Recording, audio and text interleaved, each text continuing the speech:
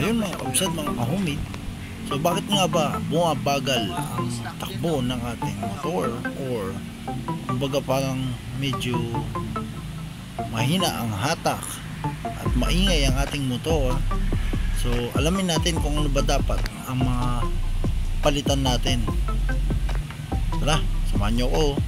Quick tips na naman. Ito guys, medyo napansin ko maingay yung pag-start ng motor, tsaka kahit nakaparada lang, at medyo mahina ang hatak.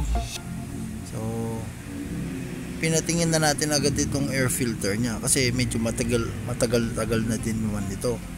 So ayan, ito ngayon papalitan na natin yan kasi sobrang dumi na. Ito na ngayon ang gagamitin natin. So tignan natin kung magkakasya ito. So same lang din naman sila ng part number. Yan, so same ng part number.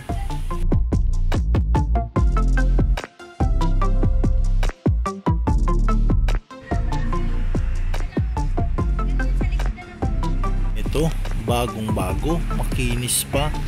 So ito nabili natin ng 400 or 450. So tingnan natin kung aayos ba ang takbo ng ating Honda Click. Tapos siya kuya. So ayan, akma naman siya, pasok naman siya. Stock din no. Ayan, Sakto lang. kitang-kita nyo naman guys, pasok na pasok. Okay, ngunit ayun, hindi mailagay ng maayos ni kuya kasi pang ibang brand ito. So hindi siya pang Honda Click 1255 kahit magkamukha siya. So hindi mo siya pwedeng ipilit. So kahit anong ganda niyan o sakto man yan dyan, kung hindi talaga siya magkasya, ayun. So ang ginawa ko guys, humanap na lang ako ng washable na air filter. So isa ito sa mga advice ng mga magagaling nating mga experts na bumili na lang ng washable na air filter. At least ito, huhugasan mo na lang, bubugahan ng hangin, pwede mo pang gamitin ulit, hindi kagaya ng disposable. So sabihin na natin, mag-experiment tayo ngayon, tignan natin kung gagana ba ng maganda. Ito ang ilalagay natin ngayon. So medyo madumi lang siya, pero konting punas lang kasi na-stock.